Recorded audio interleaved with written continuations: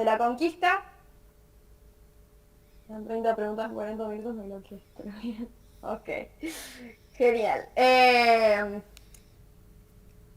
Voy a empezar con eso y voy a dar una parte de la unidad 3, que era la organización judicial, las audiencias y los fiscales y los tipos de fueros que había, ¿sí? Bien.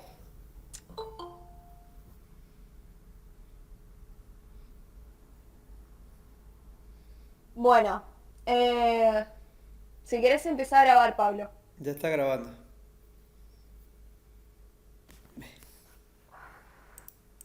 Ya está grabando, Ilan.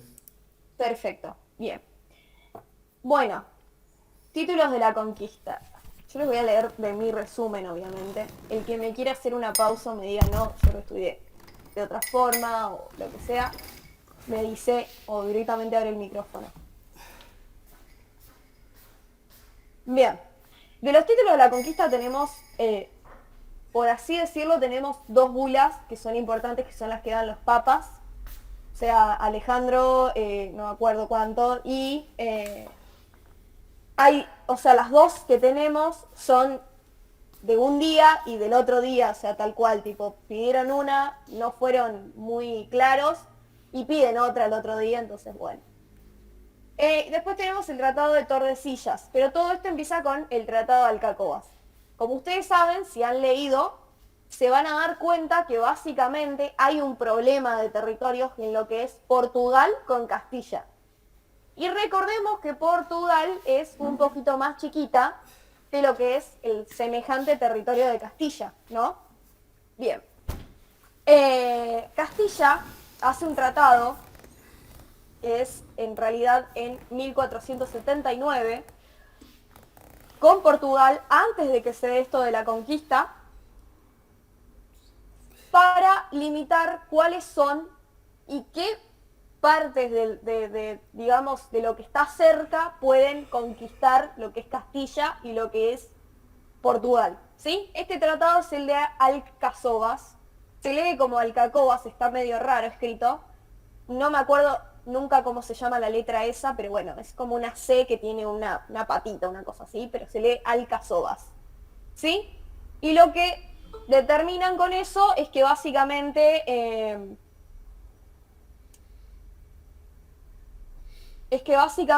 perdón, me voy trabando porque tengo que permitir a los chicos que entren. Lo que determinan con eso es que básicamente Castilla se queda con las Islas Canarias y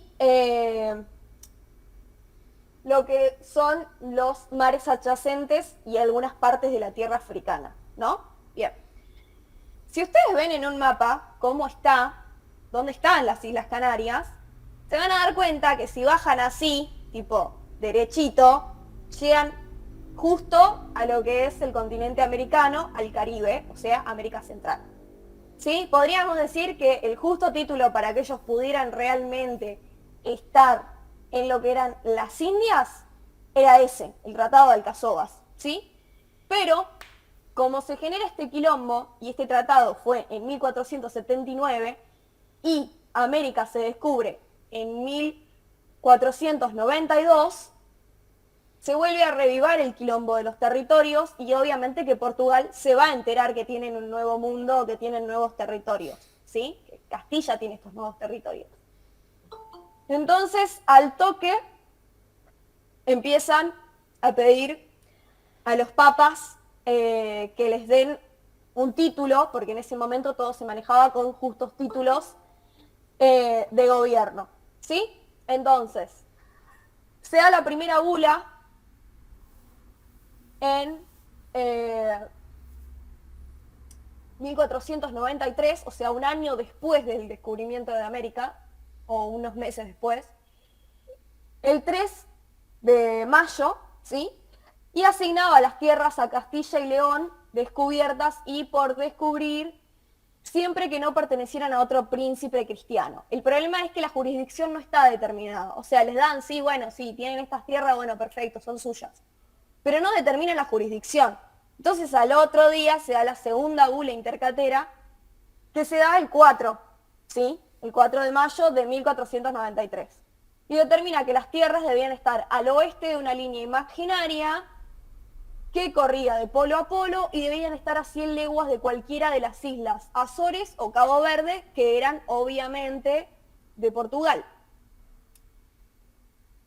Como no se conocía suficiente del mundo, o sea, no había un mapa y no sabían ni siquiera de qué tierras estaban hablando, el 7 de junio de 1494, las partes, es decir, Portugal y Castilla, terminan firmando el Tratado de Tordesillas, en la cual ponen un límite entre ambas jurisdicciones y debían trazar una línea de polo a polo que debía estar a 370 leguas de las islas Cabo Verde, y esto fue aprobado obviamente por el pontífice, ¿sí? Ahora, ¿cuál es el tema? ¿Cómo es que sale esto de los teólogos y juristas? Todos se empiezan a preguntar quién es el Papa para donar tierras. Y en realidad todo esto empieza por, ¿cómo es que se llama este tipo que no lo tengo acá? Montesinos, ¿sí? Él dice que tipo va a las Indias y les dice, che, pero ustedes no son nadie para estar tratando a los indios así, ustedes no son los dueños de las tierras, y básicamente les reclama que cómo los van a estar tratando así, cómo los van a manejar así como si no fuesen personas, y cómo se van a hacer dueños, digamos, de la tierra así, o sea, ¿quién les dio el permiso, digamos? Y ahí, o sea, básicamente lo que hace es que se genera este problema de quién es el Papa para donar tierras, ¿sí? Bueno, tenemos obviamente a Montesinos que empieza con todo esto, Bartolomé de las Casas que le sigue, ¿Victoria no era?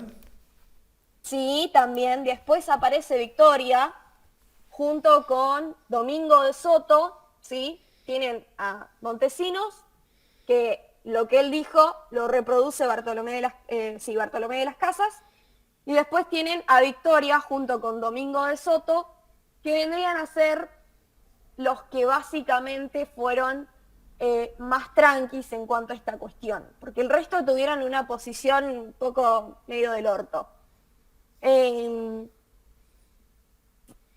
Francisco de Victoria, catedrático de... Ailén, Sí, ¿todo eso te lo aprendiste en primer año o lo repasaste o o sea, es lo algo que tenemos repasé que ahora. pero te lo aprendiste todo en primer año? O sea, nosotros tenemos que aprender esto así, con esta claridad, digamos. Sí, o sea, tipo, lo vas a leer y podés hacer un resumen y te va a quedar. O Es sea, que yo se así lo lo estoy pide el explicando. profe. Así lo pide el profe que lo sepamos. Sí, pero el tema es que él no lo toma así en el parcial. En el parcial son simples preguntas, digamos, o sea, no es tanto tampoco, Ah, ¿no? seguro. Claro, en el parcial es otra cosa. En el parcial te puede aparecer, no sé, cuál fue la bula tal, tal y tal cosa, ¿me entendés? Eso es lo O que sea, te puede claro, llegar a a mí aparecer. me sorprende que sepas tanto. O sea, ¿vos sos presencial o también estudiaste a distancia? ¿O por qué No, siempre estudiaste estudié a tan detallado distancia. esto así? ¿Eh? No, siempre estudié a distancia. ¿Y por qué te lo sabes tan detallado? O sea, a nosotros nos conviene estudiarlo así también. Le está recursando. La estoy recursando. O sea, Ah, ok, ok, ok. yo la estudié, bueno, el primer semestre, ¿cómo? La rindió 3 veces. No, la rendí 5. Ah, ok, ok, ok. No, sí, no, pasa que yo pregunto porque, o sea, me preocupa si es que nosotros tenemos que aprender esto así, yo estoy recontra atrasado, digamos, entonces, digamos, escuchándote a vos hablarlo y explicarlo, no sé nada prácticamente entonces, y me preocupa, digamos, que si esto es necesario saberlo así, si vos estuviste obligada a aprenderlo así en primer año, pero no fue así, lo recursaste, digamos, varias veces. Claro, o sea, en realidad vos te lo tenés que saber de alguna manera, tipo, cuando te preguntaron, o sea, el trabajo práctico que hicieron, voy a hacer un paréntesis para explicar esto, el trabajo práctico que hicieron, que tenían que abrir un cuadro de texto, es básicamente lo que les va a aparecer en el final. En el parcial es otra cosa, ustedes marcan más o menos lo que les parece. Obviamente que hay preguntas medio trampa, y ustedes van a decir, pero ¿qué mierda señalo? Si me parece que es todo lo mismo, pero no es difícil, ¿sí? Ahora, tengan en cuenta que yo esto lo estudié segundo semestre de primer año, primer semestre de segundo y segundo semestre de segundo y también en el verano y la rendí 5 veces. Claro, sí, sí, se entiende, se entiende. Te hago una consulta, A mí, Inés. a mí lo... Sí, sí. que El tema es que, bueno, tal vez esto se ve como más pesado para un parcial, pero así como vos lo estás explicando es como uno tendría que rendirlo, digamos, el final, ¿o no? Claro, quizás no con las palabras de, bueno, que se peleaban así, digamos, no, un No, poco sí, más. sí, pero O sea, lo estoy así hay explicando- que entender, digamos, la materia así como vos lo entendés, porque estoy medio parecida como Matías, yo estoy re perdida con lo que vos estás diciendo, no entiendo, no me ubico todavía en el espacio, pero Claro. entiendo que como lo estás diciendo vos debería ser así un final, ponele. Claro, o sea, en el final, ¿qué es lo que te van a preguntar? Por ejemplo, a mí me preguntaron del cabildo. Sí, Natalia, decime, pero se te corta.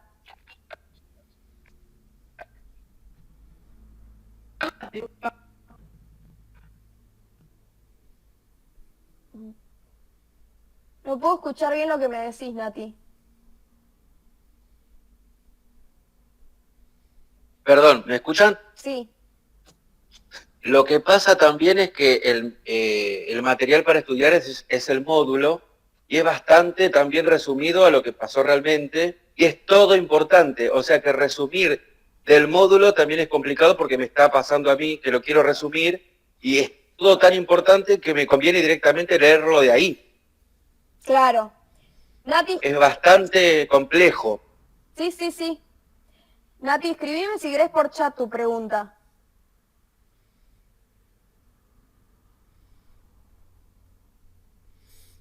Bueno, les hago un paréntesis. Después, Nati, si querés me escribís la pregunta por chat, yo la estoy viendo. Les hago un paréntesis y les explico. A ustedes les puede aparecer, por ejemplo, no sé, el tema 1479, Tratado de Tordesillas, 1494. Sí. Es la continuación.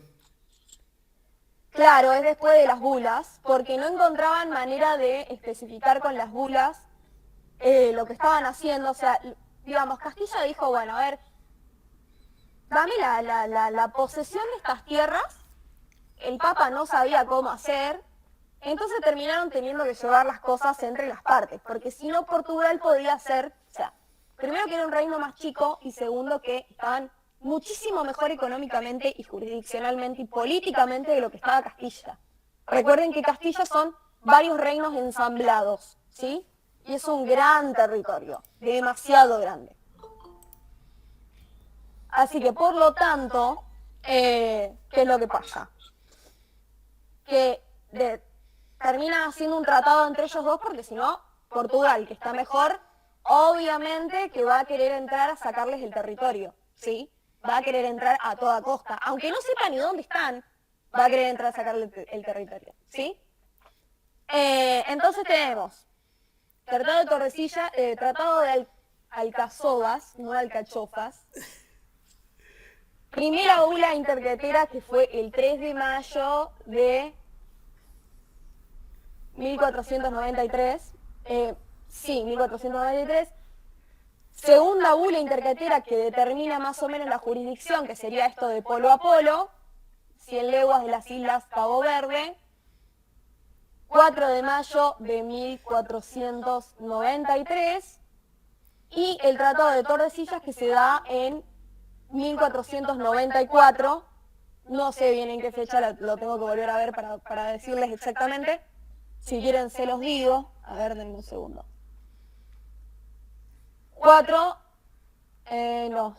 7 de junio de 1494. Tratado de Tordesillas entre Portugal y Castilla.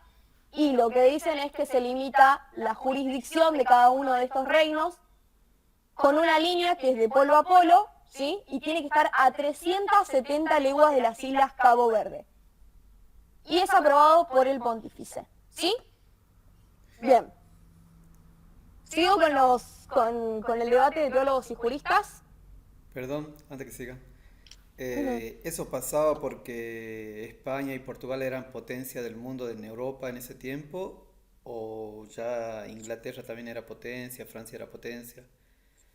Francia estaba en esa, Portugal sí era potencia, Inglaterra era potencia efectivamente, y no sé qué otro reino más era potencia. No me acuerdo si era Holanda, ahí está. Holanda también era Países Bajos, potencia. ¿qué no? Sí, Países Bajos. Países Bajos. A ver, el conflicto era entre ellos dos, porque, digamos, ellos dos tenían el conflicto este de tierras, digamos, ¿quién tiene más tierras? Era como que hasta cierto punto Inglaterra ni se enteraba de lo que estaba pasando. Así que bueno, medio que no les importaba, no se metían. Obviamente después cuando se enteraron se metieron, ¿no? Por supuesto, no, obvio. Pero en ese momento no se enteraron, pasó un tiempo hasta que se enteraron de todo esto. Bueno, ¿alguna pregunta más con respecto a los títulos, los justos títulos?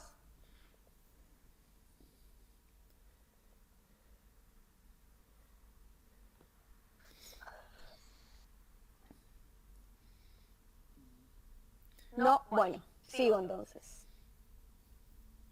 Bien, entonces teníamos a Montesinos que empieza en 1511, creo que llega a Indias y por eso se proclama así.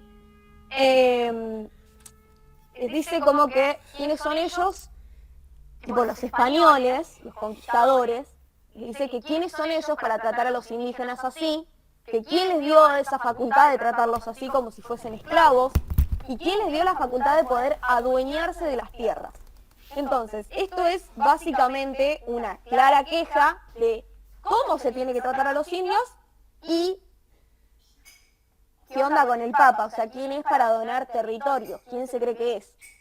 Recordemos, obviamente, que previo a esto es el siglo XV, siglo XIV, la iglesia era una gran eminencia y todo era teocrático, todos hablaban a la iglesia, etcétera, etcétera, por, bueno, Jesús, etcétera, etcétera, y bueno, aparte de que en esos tiempos, antes de la caída de Constantinopla, se había aceptado a, ¿cómo es que se llama? Al cristianismo, ¿sí? Porque todo ese tiempo habían sido perseguidos desde la venida de Jesús hasta prácticamente el siglo XIII, ¿sí? Bien. Entonces, siglo XIV, básicamente la iglesia era la gran eminencia y todo el mundo estaba a ver qué hacía la iglesia y qué no hacía la iglesia. Si la iglesia decía o los obispos decían que bueno, que no sé, tenían que rezar todos los días, la gente rezaba todos los días. Entonces se hacía lo que decía la iglesia. Pero en ese momento la gente se empezó a preguntar que quién era el obispo o el papa para venir a donar territorios que ni siquiera conocía, porque obviamente no sabía ni dónde estaban, ¿sí? Entonces aparece Francisco de Victoria junto con Domingo de Soto. Ellos plantean, con el pensamiento de Tomás de Aquino, era un teólogo, ¿sí? Él lo que decía es que Dios no obliga al hombre a que lo escuche. El hombre busca a Dios porque quiere. Entonces no podían, basados en eso, en esas doctrinas teológicas de Tomás de Aquino, no podían los españoles adoctrinar a los indios al cristianismo y tratar de civilizarlos, en realidad utilizarlos, por medio de la iglesia, ¿sí? Y decían que en cuanto a la potestad o el poder del Papa, solamente se basaba en el tema espiritual. O sea que no se basaba en el tema terrenal, por lo tanto no era dueño de esos terrenos, ¿sí? Entonces, Francisco de Victoria usa, digamos, como para dar un poco de importancia, porque tampoco se podía oponer tanto a lo que decía la corona, dice que el justo título en realidad es, digamos, ¿cómo se llama esto? La comunión de los pueblos, es decir, como que los pueblos sí o sí, digamos, de alguna forma tienen que comerciar. Entonces, como que la comunión universal de los pueblos, esto de ser compañeros, etcétera, bla, bla, bla, era lo que fundamentaba a que los españoles pudieran ir a Indias y comerciar con los indios. Pero eso no significaba que los podían adoctrinar y esclavizar, ¿sí? Eso no significaba. Después tenemos a otro que me parece que es Juan Gines de Sepúlveda, sí, es Juan Gines de Sepúlveda, el que se basa en el pensamiento aristotélico. El pensamiento aristotélico lo que dice es que si hay un hombre fuerte, pero que no es sabio, una persona que no está civilizada, hay que civilizarla temporalmente y ayudarla a que se pueda unir a la sociedad. ¿Por qué? Porque el hombre es un ser social, que seguramente lo habrán escuchado 10.500 veces en filosofía. Si estudiaron a Aristóteles, obvio. Si no, no lo van a saber ni a palo. Entonces, bueno, basado en eso, él decía que los españoles tenían que tener una tutela temporal sobre los indios para poder ayudarlos. Después hubo otros como Silvio Zavala, que simplemente se percató de decir, bueno, ya fue, acepto todos los títulos, pero el resto medio que como que los rechazaba. Tanto Juan Gines de Sepúlveda rechazaba algunos de los títulos, él aceptaba directamente las bulas papales. Francisco de Victoria rechazó todos los títulos que yo les mencioné, los rechazó. Y después estaba Juan López de Palacios Rubio, que él directamente armó un requerimiento. Esto era un tipo de ordenanza que se la tenían que leer los españoles a los indios para explicarles básicamente que si hacían tal o cual cosa era justo motivo de guerra, ¿sí? Por ejemplo, los indios se enojaban o se avivaban o iniciaban una pelea, bueno, era justo motivo de guerra, listo, ya está. No acataban las leyes, no acataban las doctrinas cristianas, bueno, listo, justo motivo de guerra, etcétera, ¿sí? Igual no funcionó porque los indios no entendían el idioma. No funcionó, una porque no entendían el idioma y dos, porque ni siquiera los españoles sabían qué mierda estaban leyendo. Así que la corona lo que hizo fue quedarse con los acuerdos que habían hecho los conquistadores con los caciques. Y recordemos también, importante, que esos acuerdos pueden venir porque los caciques casaban a sus hijas con los conquistadores. Recordémoslo. Puede ser que venga por ahí. Porque en el libro, claro, en el libro no lo especifica, no lo dice por qué, pero bueno, puede ser por ahí también. Se presta esa interpretación. Ustedes imagínenselo en su cabeza y más o menos lo van a poder armar, ¿sí? Como un rompecabezas, van sabiendo varias partes y a medida que van sabiendo esas partes lo pueden armar y dicen, ah, era esto. ¿Sí? Bien. Bueno, esos eran todos los teólogos y los juristas que hablaron en ese tiempo, ¿sí? Perdón, puede ser que Gregorio López, que era un jurista, él pensaba, ¿no? Creo que, no sé si estoy en lo correcto, que el cristianismo no tenía derecho a ejercer la fuerza o la guerra entre quienes no creían, ¿no? Porque supuestamente el mandato de Jesús era otro, entonces era ilícito.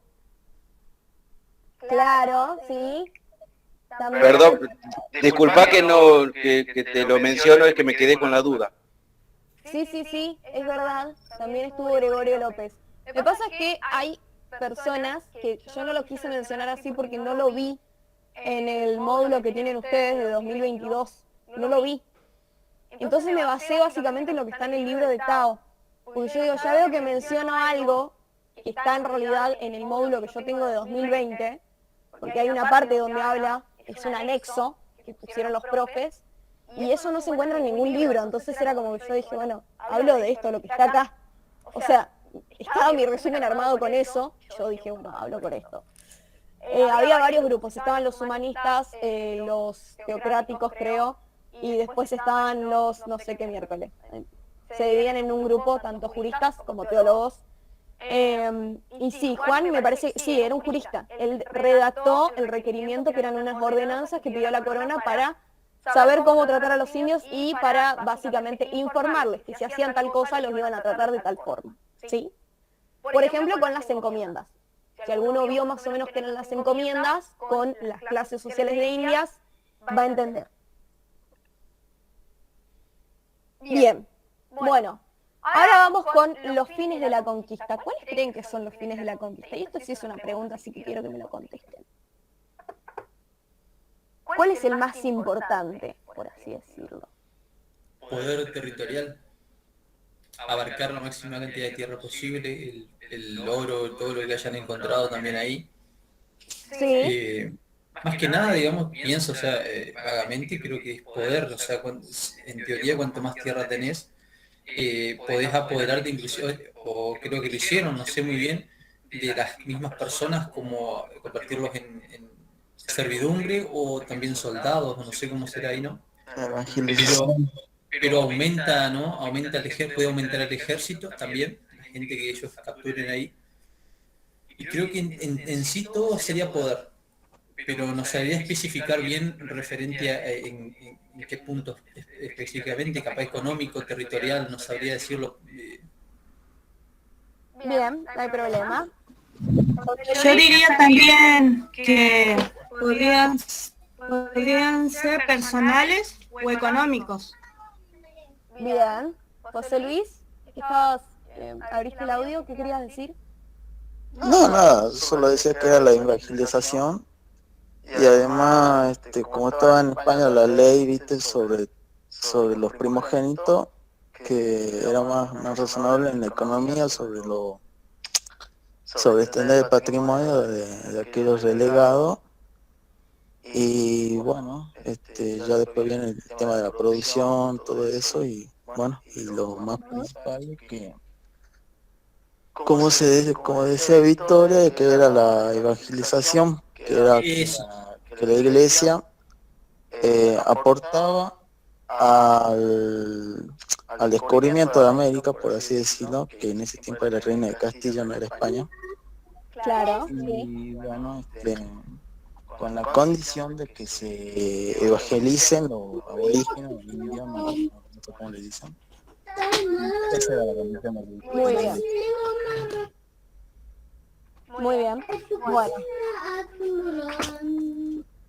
no sé quién tiene el micrófono. Sí.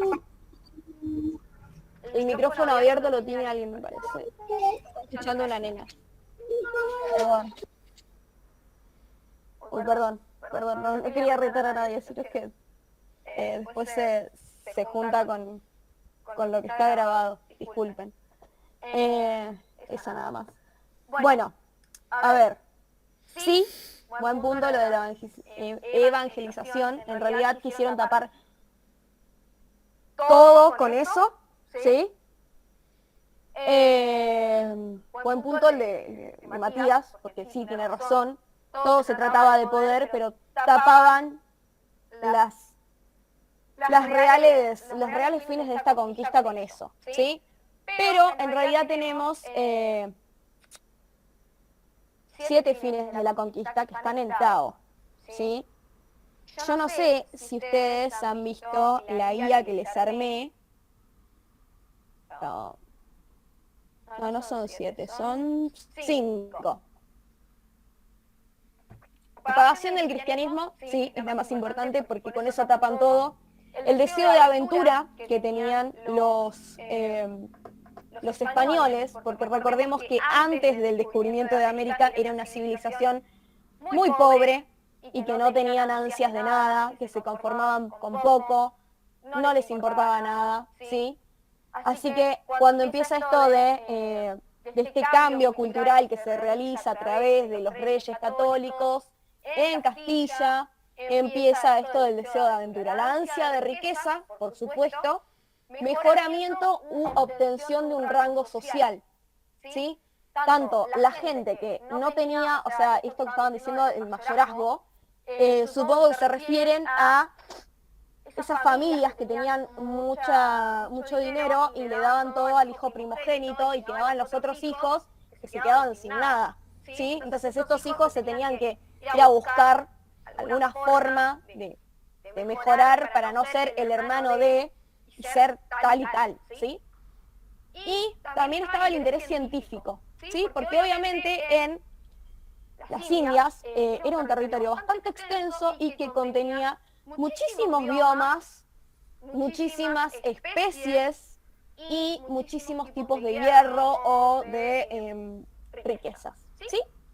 Así que eran esos 5. No sé si los quieren anotar, pero eso está en la página, me parece, 28 de Tawan Suatei en el libro completo. Página, o sea, no la página del libro que dice la página ahí arriba, sino página del PDF del libro completo de Anzoátegui. Por si lo quieren ver después con más detenimiento y bueno, ver el resumen. ¿Página cuánto dijiste? Página 28. Página 28 del PDF. ¿Viste que te dice arriba uno de tantas? Uno de 400 y algo. Bueno, 28. ¿Pero eso está en la bibliografía que nos dieron o es algo que se pasó por el chat del WhatsApp? En lo que yo he pasado, en lo que está en el Drive. ¿Lo viste en el Ah, Drive? los 2 títulos que pasaste, sí, 2 libros. Ah, bueno, ¿en cuál de los 2 sería entonces? Tawan Suatei, manual dale. de historia es. Estaba, ahí estaba, página 28. Ahí estaría entonces los Fines de la conquista. Ajá, Sí, fines motivos. Está genial. Bien. Bueno, voy a pasar a lo que es la unidad 3. Esto sería la clasificación de los magistrados. Y acá me van a tener un poquito de paciencia porque lo tengo que leer. Perdón. Bien. Esto no hice resumen porque nada, siempre triunfando. Obvio. Bien. Tienen que tener en cuenta que si estudiaron más o menos hasta cómo era la organización política, el origen del poder real, etcétera, etcétera, lo que es la organización judicial, ellos hablan de que hay como jueces, porque en realidad esto es la clasificación de los magistrados, hay jueces que en realidad son los mismos que son virreyes, gobernadores, funcionarios políticos como pesquisidores, visitadores, oidores, etcétera, ¿sí? Estos son, por ejemplo, los jueces reales, ¿sí? Bien. Eso para que más o menos se entienda cómo va la cosa. Bien. La función de justicia propiamente dicha estaba en el ejercicio de atribuciones judiciales destinadas a dirimir las cuestiones planteadas entre los particulares y también por estos con el Estado, a las que ponían punto final mediante la decisión o sentencia. Pero en realidad toda justicia la administraba el rey. Siempre estaba el rey en medio. O sea, cada sentencia que se tomaba o cada cosa que hacían, siempre estaba el rey en el medio. Eso, siempre. Había organismos, o sea, no funciona como ahora que tenemos el Poder Judicial y digamos, la más alta parte del Poder Judicial sería la Corte Suprema de Justicia de la Nación. No, tipo, no. Si no funciona así. En Castilla funcionaba de esta forma, todo pasaba por el rey, tanto lo político como lo económico, como lo judicial, como lo legislativo. Todo pasaba por el rey, y a cuestión del rey. ¿Sí? Bien. Bueno, no existían magistrados autónomos, no, es como que algunas cosas la hacían toda la misma persona o el mismo funcionario, y por lo tanto no eran letrados, es decir, no eran abogados como es hoy en día, ¿sí? No se requerían ese tipo de cosas. Simplemente se requería que tuvieran alguna noción de lo que era. Yo no sé si lo vieron, pero cuando se habla de más o menos cómo estaba caracterizado en ese momento, jurídicamente, Castilla era un quilombo. Sí, era un quilombo. O sea, había un montón de ordenamientos, nunca se hacía caso a ninguno, se ponían más leyes y más ordenanzas una sobre la otra. Cuando lo vean, si no lo vieron todavía, se van a dar cuenta de lo que les estoy hablando. y todo lo que estaba después, o sea, todo lo que estaba antes, seguía quedando y no lo derogaban. Sí, es como que agarremos el código penal y por más que esté la ley tal para derogar, no sé, el artículo 121, el 122, el 123 y el 125, que son cuestiones de índole, ¿cómo se llama esto? De integridad física, de integridad sexual en realidad, si no se hubiesen derogado esos, o sea, si no se hubiesen derogado esos artículos, sería un quilombo poder ponerle tal sentencia a una persona, ¿sí? Sería un quilombo, completo quilombo. Y bueno, este era el quilombo que vivían los españoles, en realidad los de Castilla, con las ordenanzas, porque eran muchos territorios, todos dentro de uno. Entonces la jurisdicción trataban de aplicarla a todos y por lo tanto no había un magistrado autónomo y no podían ser letrados ni abogados porque eran demasiadas leyes y medio que las facultades estaban ahí, digamos, no sabían con qué regir la cuestión. O sea, tenían por lo menos unos 4 ordenamientos. Si ninguno de esos 4 ordenamientos funcionaba, iban al rey. Imagínense, una locura. Así que no estudiaban, no eran letrados ni abogados, solo las audiencias contenían letrados y abogados, y tenían los jueces capitulares, jueces reales, jueces eclesiásticos, que tendrían a ser los de la iglesia. Los jueces reales son los que les estaba hablando recién, que eran todos funcionarios políticos que ejercían también jueces, y jueces que integraban el sistema de audiencia, y estos sí eran letrados, a partir de cierto periodo, obviamente. Bien. Pero también teníamos los fueros, ¿sí? Los fueros son básicamente, como era una sociedad que se regía por estamentos, es decir, por partes, a ver quién importa más, por el rango social, etcétera, etcétera. Había diferentes fueros para cada persona. Es decir, como que había un fuero para la nobleza, un fuero para los profesionales, un fuero para los militares, porque sí lo había, un fuero eclesiástico, ¿sí? Un fuero para la iglesia era súper importante. Si quieren los pueden escribir. Era fuero eclesiástico, militar, mercantil, protomedicato, universitario y el, un segundo que lo tengo que leer, bueno, los anoté, minero. Todos esos fueros había, ¿sí? Eran básicamente como juntas donde si la persona, o sea, es decir, si los militares se mandaban una cagada, se encargaba el fuero militar. Si los obispos se mandaban una cagada, o los curas parrocos, o los arzobispos, o el papa se mandaba una cagada, fuero eclesiástico. Si se mandaba una cagada, los médicos, el fuero protomedicato era por los médicos, ahí, ¿sí? Bien. Después tenemos lo que son los jueces capitulares, ¿sí? Se agrupaban aquellos funcionarios que integraban el cabildo o recibían su nombramiento de este cuerpo. Importante. Los jueces capitulares son los que estaban designados por el cabildo o estaban dentro del cabildo, ¿sí? Bien.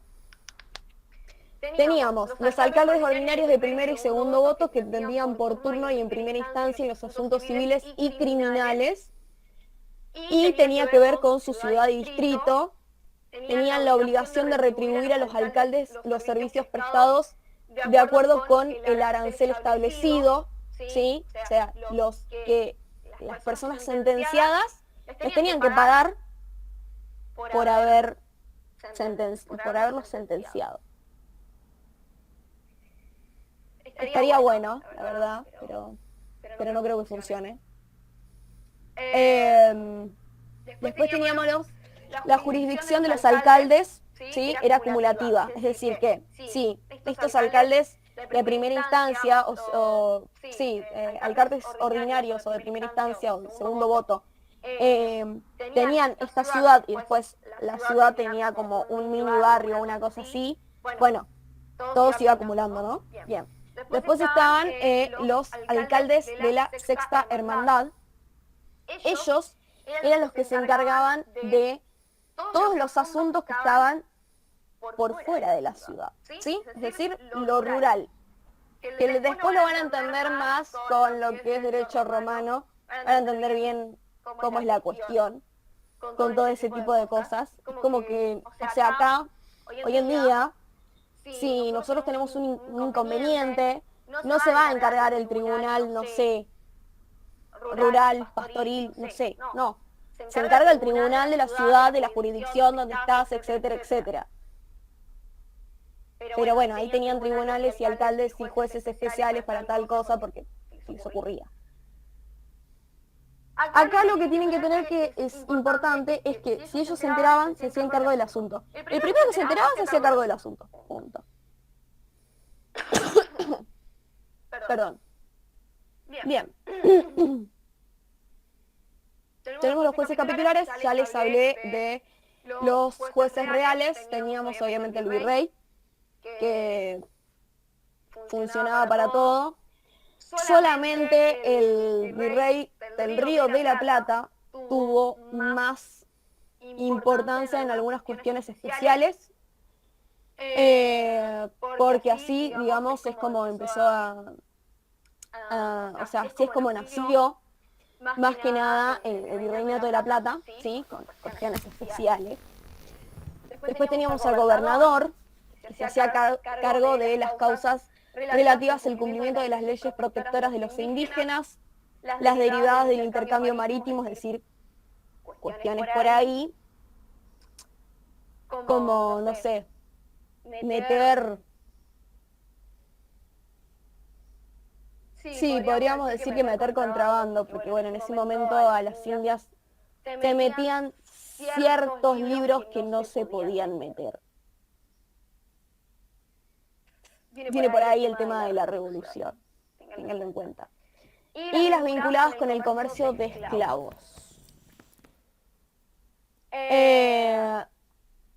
Algunas causas de las que se encargaba el virrey, para que lo tengan en cuenta, era lo que tenía que ver con el Real Patronato.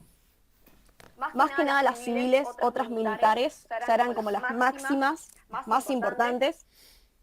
Después estaba obviamente el capital general, título otorgado a los virreyes y presidentes, los oficios reales también, virreyes de vuelta. Medio que todo se contenía ahí, ¿sí? Es una clasificación medio rara. Después tenemos los jueces eclesiásticos. Los jueces eclesiásticos se encargaban de, básicamente, las licencias en caso de matrimonio, causas de descenso, oposiciones esponsales, nulidad, divorcio, alimentos, litis expensas, dote, tenencia de hijos, etc.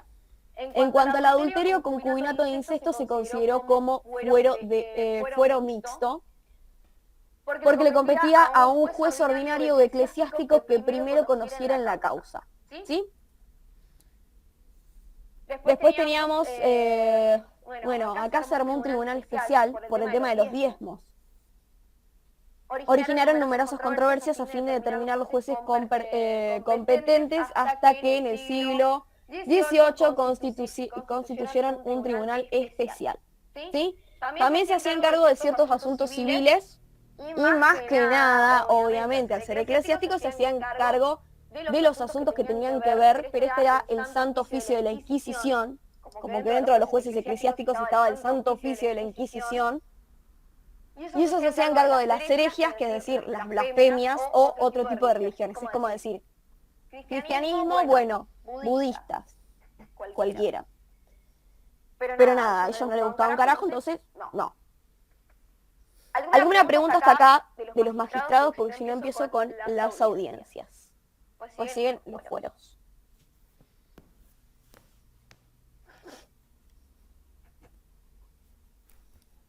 No, seguiré más. Bueno, las audiencias eran básicamente los máximos tribunales de justicia estaban compuestas, espérenme un segundo, porque está acá.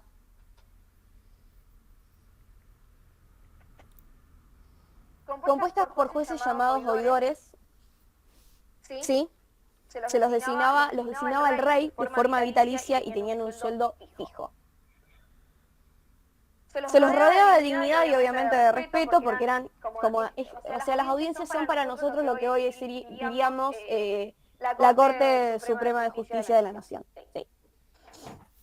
Así que esas eran las audiencias y tenían ciertas prohibiciones muy idénticas a las del virrey. No se podían casar, adquirir propiedades, asistir a bautizos, casamientos ni entierros en sus distritos. Es decir, si en el distrito en el que estaban pasaba algo de eso, no lo podían hacer. Tampoco podían hacerse cargo, es como cuando un médico tiene un pariente, bueno, no lo puede asistir. Por ejemplo, una persona médica, si saben de alguien, no puede asistir un pariente. Así que ellos no podían asistir a una persona que fuera pariente de ellos en algún asunto que fuera de índole judicial. ¿Sí? No podían saberlo y no podían prestar nada, digamos. Había dos tipos de audiencias, las virreinales, tres clases o categorías, perdón. Virreinales, estaban por ejemplo en México y Lima, eran presididas obviamente por los virreyes. Después estaban las pretoriales establecidas en la ciudad cabeza de una gobernación, presididas obviamente por un gobernador, como por ejemplo Santo Domingo, Bogotá o Santiago de Chile. Y después tenemos las audiencias subordinadas, que tienen como presidente a un miembro del mismo cuerpo. ¿Sí? Es decir, una audiencia que un tipo básicamente la maneja. ¿Sí? Uno de los que está dentro maneja la ciudad. ¿Sí? Por ejemplo, Quito o Charcas. Bien. Estaban sometidos al juicio de residencia, no sé si saben lo que es el juicio de residencia. Los juicios de residencia eran básicamente que les prestaban cierto tiempo para estar en lo que eran las Indias y si no tenían que comprar la residencia, que era una de las varias maneras de la corona de obtener plata porque estaban en la lona. ¿Sí? Tenían pesquisas que las mandaba el Consejo Real y Supremo de Indias para ver qué estaban haciendo las audiencias, así que era medio secreta la cuestión. Y estaban establecidas con la finalidad de asegurar la independencia de los oidores en la administración de justicia. Y además de los oidores existían en las audiencias otros funcionarios como fiscales, secretarios, cancilleres, oficiales, relatores, etc. Tenían competencia judicial y gobernativa o consultiva. Judicial, bueno, tenían, o sea, eran como que tenían juicios, ¿sí? Llamados casos de corte, es decir, que realmente hacían un juicio. Y estos casos de corte eran los que eran relativos a los altos funcionarios, es decir, un virrey, un gobernador o incluso un sacerdote, dependiendo de lo que hubiesen hecho.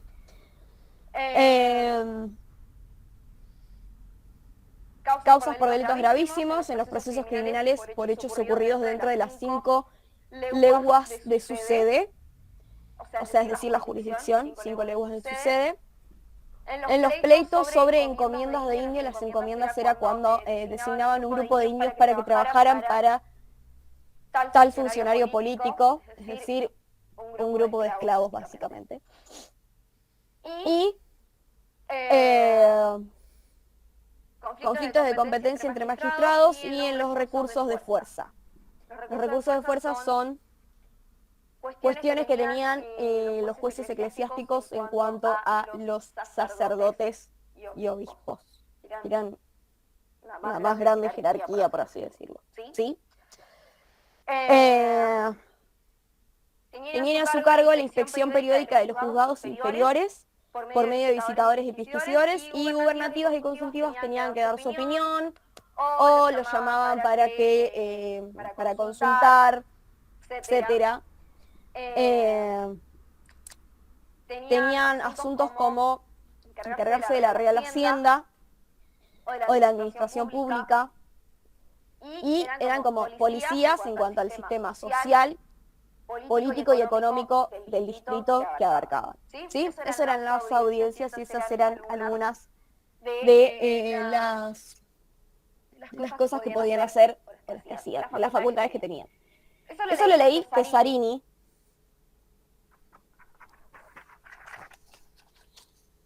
Acá está en la página 42 del libro. Ahí les digo el capítulo. Sí, capítulo 3.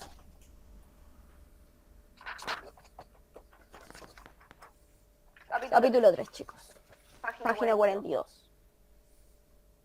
¿De qué tema estamos hablando? De las audiencias. ¿Tenían que ser abogados para que formen la audiencia? ¿Formen parte? Sí, en parte sí.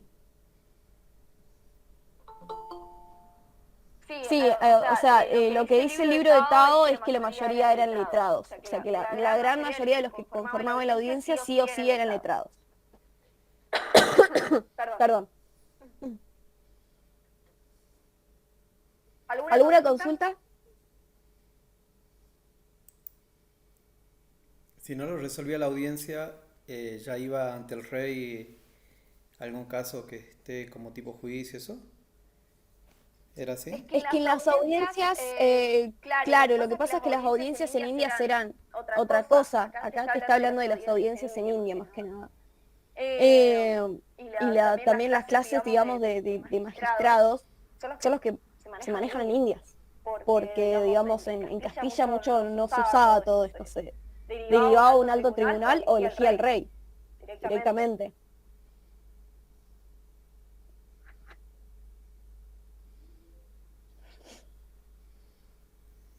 Habían 3 organismos que el profe dijo que conformaban el sistema jurídico de las Indias, o no recuerdo si la palabra es sistema jurídico, pero bueno, una era la Real Audiencia y 2 más que no me acuerdo. Y el virrey creo que era el otro, Consejo Real y Supremo de Indias. pero falta el tercero. Consejo Real y Supremo de Indias, virrey y la audiencia. Ah, listo. Que eso dijo el profe. ¿Sí que dijo eso? Sí, porque el cabildo era más político-administrativo, no era tan judicial la cuestión por ahí.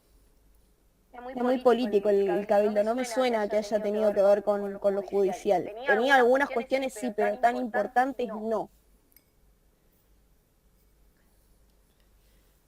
Claro que uno controlaba al otro, dijo el profe que entre los 3 se controlaban entre sí, era un control cruzado.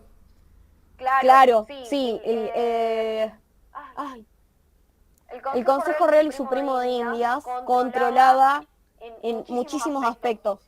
Militar, naval, gubernativo, eclesiástico, jurídico y político.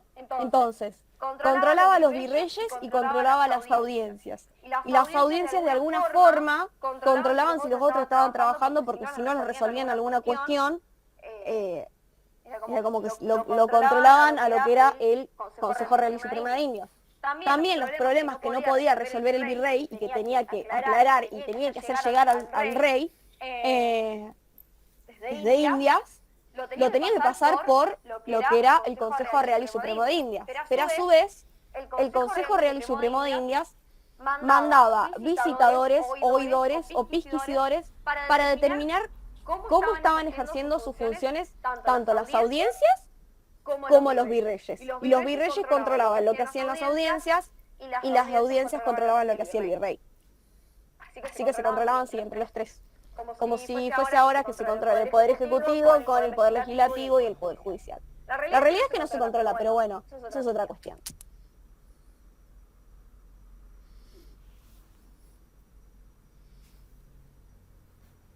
¿Alguna pregunta más?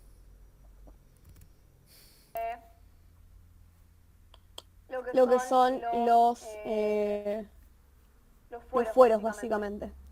¿Sí? Bien.